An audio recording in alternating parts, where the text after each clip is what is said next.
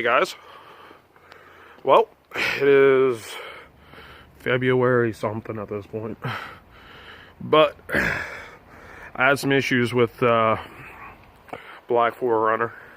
Unfortunately, I sent it into the garage. I had it fully checked out to make sure the frame and everything was good on it before I started putting any money into it, and they gave me the green light. So I bought the new tires for it. I bought all the stuff for it. Started putting it together. I was having a lot of fun driving it, to be honest. Wasn't too happy about what happened though. About middle of last month, we'll say. I was at work, and my boss comes over and he was checking it out. I mean, he's looked at it a few times. I mean, it needed some work. And I ended up having a 3-inch lift kit.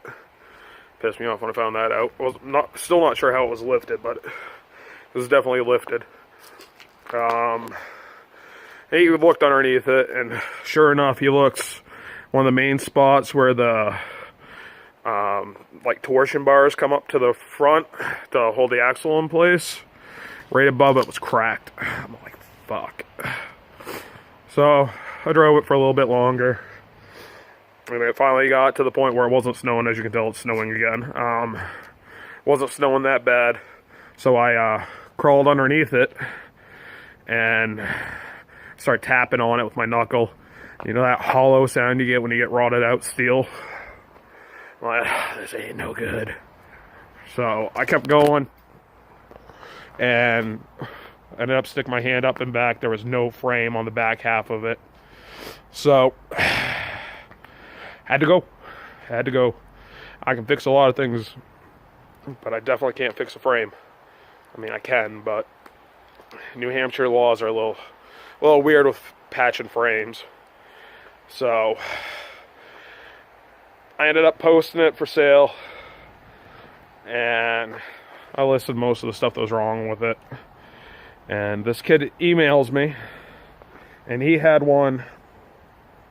Now the black one, hold on, before we get into this, the black one was a 99. It had 285,000 on it. It was a 5-speed, and it did have an e-locker, and it was lifted. So this kid emails me, and he had a 2001 that he wanted to trade me, and it only had 150,000 miles on it, and I'm just like, what the fuck's wrong with this thing? But he had the title, everything, so I'm like, all right. And I hemmed and hawed about it for a little bit. And it got to the point where I'm like, I gotta do something because I can't keep driving this thing. So I ended up trading this kid for this 2001. And I pull in, I drove probably about 20 minutes. No, more like 30, 35 minutes. And he drove about the same. And we met, it was about 8 o'clock at night, I believe. Kid crawls underneath the 4runner. Didn't look at the one spot where it was bad. He ended up checking the whole back of it, checking the whole other side, checking everything. He's like, all right, I'll do it. I'm like, all right, I'll do it too. I didn't really check out the new one because I was like, I don't want to look too hard because I just don't. It's a lot newer, so it should be in decent shape. Still got some issues.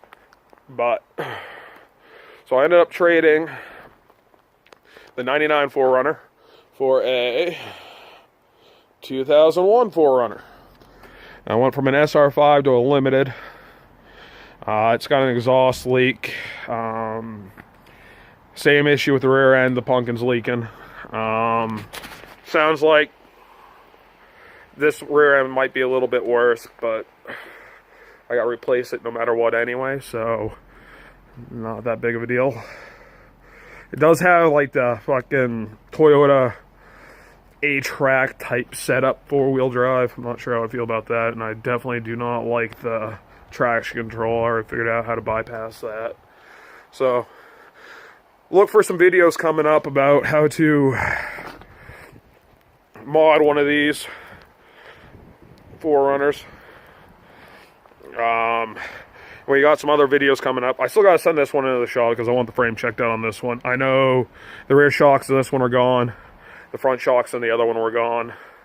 If I'm doing shocks, I'm just going to lift it. So it's going to go up 3 inches. The tires on it are decent for now.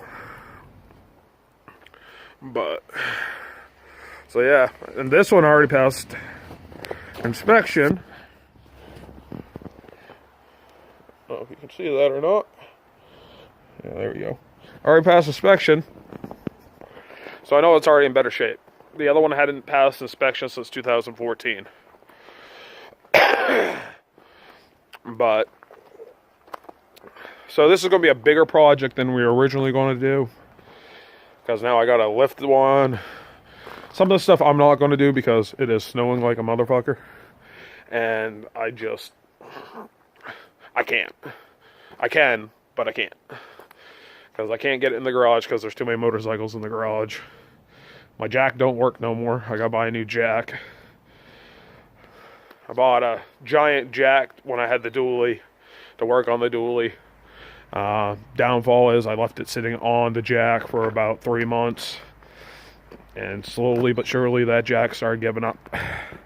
So, I gotta get a new jack. It won't even lift Breck's car.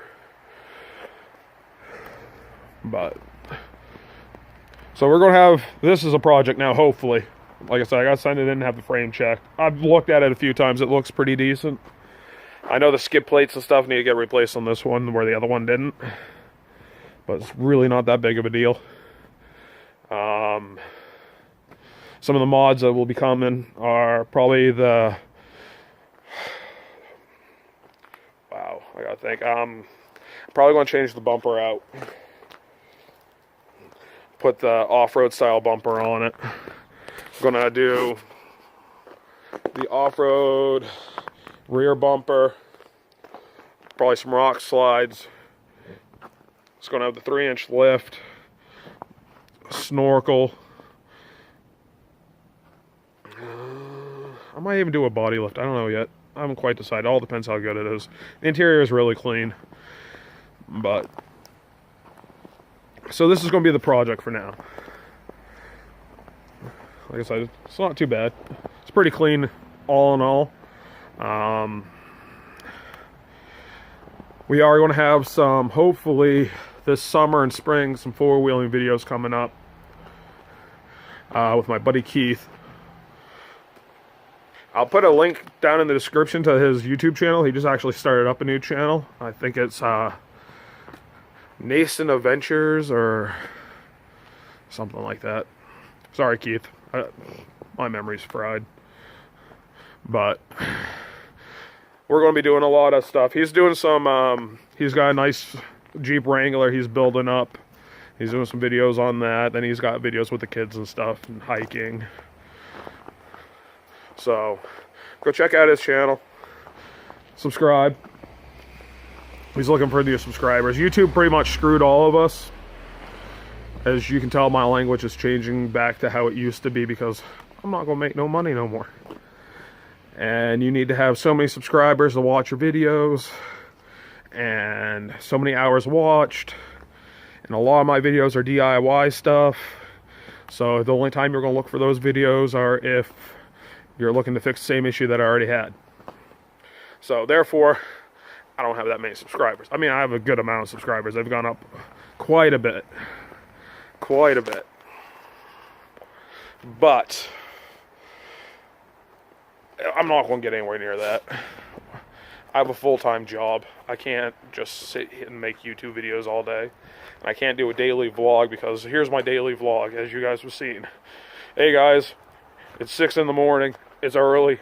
I'm on my way to work. Get to work. Maybe at lunch I might do a ramble or a rant about something that happened during the day. Yay. And then after that, it's on the way home. Hey guys, okay, well, work's over. I'm on the way home. Might shoot a little something after that. Not much, because I just worked all day. I want to relax. And then I got to edit the video and try to put up a video, and by the time I'm done, it's already time for bed, and it takes forever to upload, so it's like, I can't be a daily vlogger. I just can't do it. Especially working a full-time job. So it's just going to be pretty much going back to my adventures of doing whatever I do. The vaping stuff, that's done. That's over. I still vape. I still smoke, but I still vape. But YouTube has pretty much demonetized every single video that I had before they took away monetization completely that had to do with vaping. Even though it was 18 plus, it didn't matter. It had to do with smoking and stuff like that. So, right off the bat, all the videos were demonetized. So, if I can't make money off buying the stuff to do the vape reviews, doesn't make sense. The Amazon reviews, I'll still do some of those. I was actually going to do a review, kind of a going back through of what products that I got off Amazon that I really actually still use and I still say are good products. And then I was going to go through and go show the ones that, okay, these didn't last. I can tell you the Survival Hex stuff, definitely still good products. Not one of my favorite flashlights. I can say that. My favorite flashlight was the Reptronic one. I use that thing pretty much every day. It's super bright. The pattern on it is awesome. Then, out of the knives and stuff like that, honestly, the cheapest knife that I thought I got that I didn't think was going to be any good was this one. But it looked cool because it's got like that snake skin pattern on it. This thing's been in my pocket now for pretty much since I got it. No, we'll go a month after I got it. I can tell you the pocket clip sucks. Broke that clean off. But as you can tell, it is definitely seeing some time. And the blade and everything. The thing's in my pocket every single day. I love this knife actually. It actually takes an edge and holds it really well. I was actually really shocked. I sharpened it once so far and just keeps going. It's actually one of my better knives. I was really shocked about it for the price point. The headphones, stuff like that. I love my AYL headphones. They did finally die, and I ended up going through like 2 or 3 more sets trying to find another decent set because I couldn't find those anymore. Still on the hunt. I got a set now. They're all right. I don't know how I feel about them, but they're all right. We'll go with that. But yeah, just kind of like an update for you guys and show you the new project. Like I said, this one's in way better shape. I missed the hood. I missed the 5-speed. Yeah, this one's automatic too. The only other downfall. But yeah, that's all I got for you guys. Go check out my buddy's channel. I'll put a link down in the description where you can find it. Thank you guys for watching. Stay tuned. I have no clue what's coming.